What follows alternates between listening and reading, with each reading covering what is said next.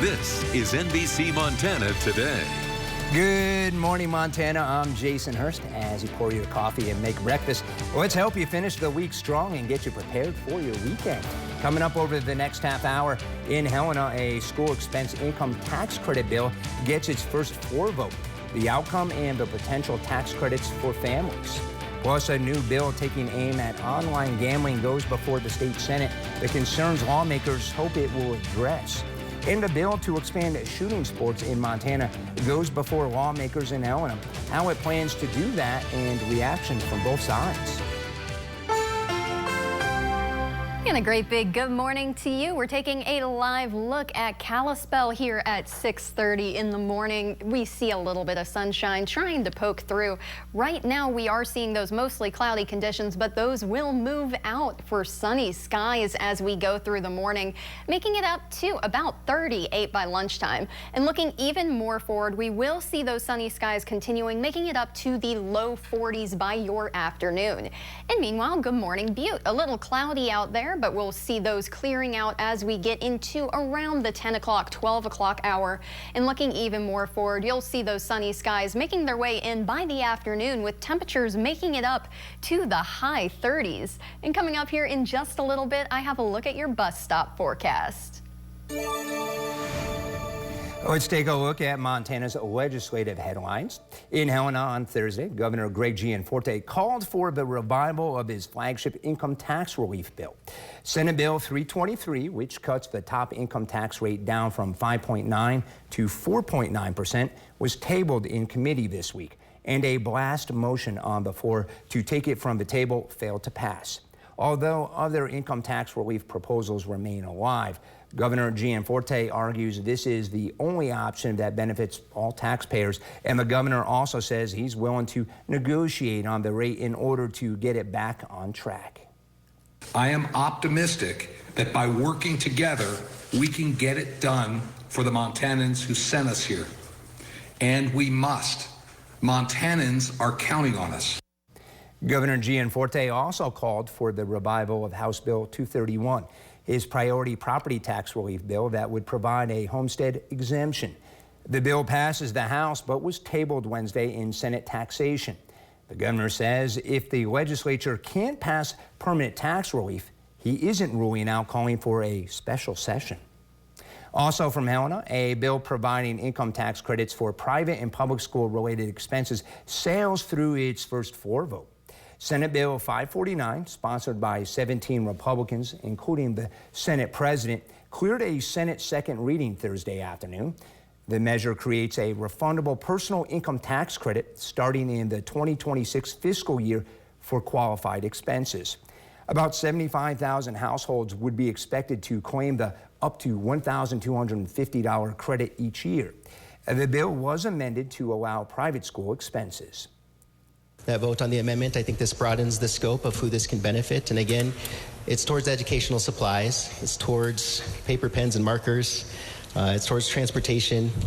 And like I said, I like the bread and butter pieces of education that make it work. Other qualified expenses include school tuition, instructional materials and services, exam fees, and more. One Democrat argued the bill could run into conflict with the state constitution's prohibition of public revenues for sectarian schools, but Republicans countered by arguing tax relief isn't the same as the use of public funds. The bill will go through a final Senate reading later today before moving to the House. A proposed bill on its way to the Senate floor aims to crack down on illegal online gambling in the Treasure State. Montana consumers are unprotected from companies offering this type of unregulated gambling. Most importantly, the illegal industry undermines the licensed and tax-paying Montana gambling businesses. State Senator Vince Rickey presented Senate Bill 555 Thursday to a Senate committee. Rickey believes the bill will help the Department of Justice by giving them the tools they need to combat this issue. We will continue to follow this bill and let you know what happens. Staying in Helena, a bill on its way to the House floor could expand shooting sports in the Treasure State. Members, motion passes 12-4, 8 against. House Bill 899 will move to the House floor. Vice Chair. State Senator Carrie Seekins-Crow presented House Bill 899 to the House Business and Labor Committee on Thursday. The bill calls for the creation of a state shooting complex and oversight task force. The task force would be responsible for analyzing, discussing, and recommending future opportunities and priorities for Montana public range development. During testimony, a group in support of the bill said they would provide financial assistance to develop the complex.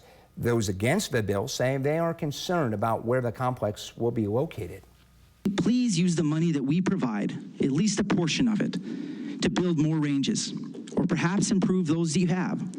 Investing in the future of hunting and shooting sports is why we pay the money. What Montana needs is a safe and suitable place for people to shoot all over the state, and not one central shooting sports complex that's going to be hours and hours away from Montana gun owners. We will continue to follow the measure and let you know what happens. A new housing facility in Missoula will provide income-restricted homes supported by a community land trust. NBC Montana's Kylie Gibson toured the construction zone to learn more about the project. The Scott Street Rivara mixed-use housing project is the largest development of income-restricted for-sale units in Missoula. In total, the site has 89 homes between condos and townhomes. Phase 1 is what's under construction right now, which is 46 units, and the remainder of those will be built in Phase 2 after we sell through this first phase. About 53% of the home ownership units will be income restricted for households earning 120% of area median income or below. We're looking in the low 600s for one of the townhomes that are available, and those are 3 and 4 bedrooms, with the 2-story 3 bedrooms being slightly less than 6. The city of Missoula purchased the 19.1 acres of land west of Scott Street and opposite Charlotte Street in 2020. The sale of these homes helps finance the next phase. And so if we are able to continue to build these at the price point that they are, with the construction costs where they are and all things that are kind of uncertain right now, but we are hoping that a total of about $1 million could come back into the housing trust. The city, its redevelopment agency, and the Northside neighborhood have been taking steps to redevelop the eastern 9 acres of the property in ways that reflect community values and needs since White Pine Sash ceased operations in 1996. The goal was to take an underutilized brownfield site that was cleaned up to environmental standards and turn it into a robust community area that provides both housing and then also commercial opportunities across the street from this project. We'll continue providing updates on air and online about this housing project. Reporting in Missoula, Kylie Gibson, NBC Montana. The Montana Department of Transportation says it's conducting 3 bridge inspections this month. The bridges are located along Interstate 90 between 9 Mile Road and Petty Creek Road. MDT says it will have an underbridge inspection vehicle in place to perform the assessments. Travelers should expect traffic control, including reduced speeds in work zones. Each inspection is expected to take 1 to 4 days to complete and will wrap up April 14th, weather and other factors permitting. We now visit with forecaster Brianna Henderson with a look at your local weather. Bree, it's time for those kids to get ready for school. Do they have to bundle up if they're at the bus stop? Oh yeah, absolutely. It's still going to be just a little bit chilly, 23 as they're headed out this morning, but fortunately clear skies and warming temperatures by the time they get home this afternoon.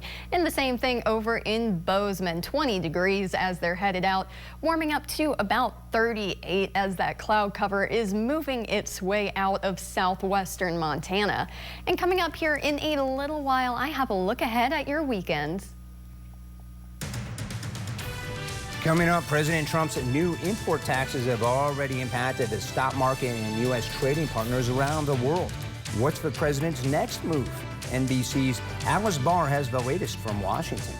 Plus, it's a big day for high school athletes looking to develop their competitive edge at the collegiate level. Find out where you can root for your favorite student athletes this fall ahead in sports.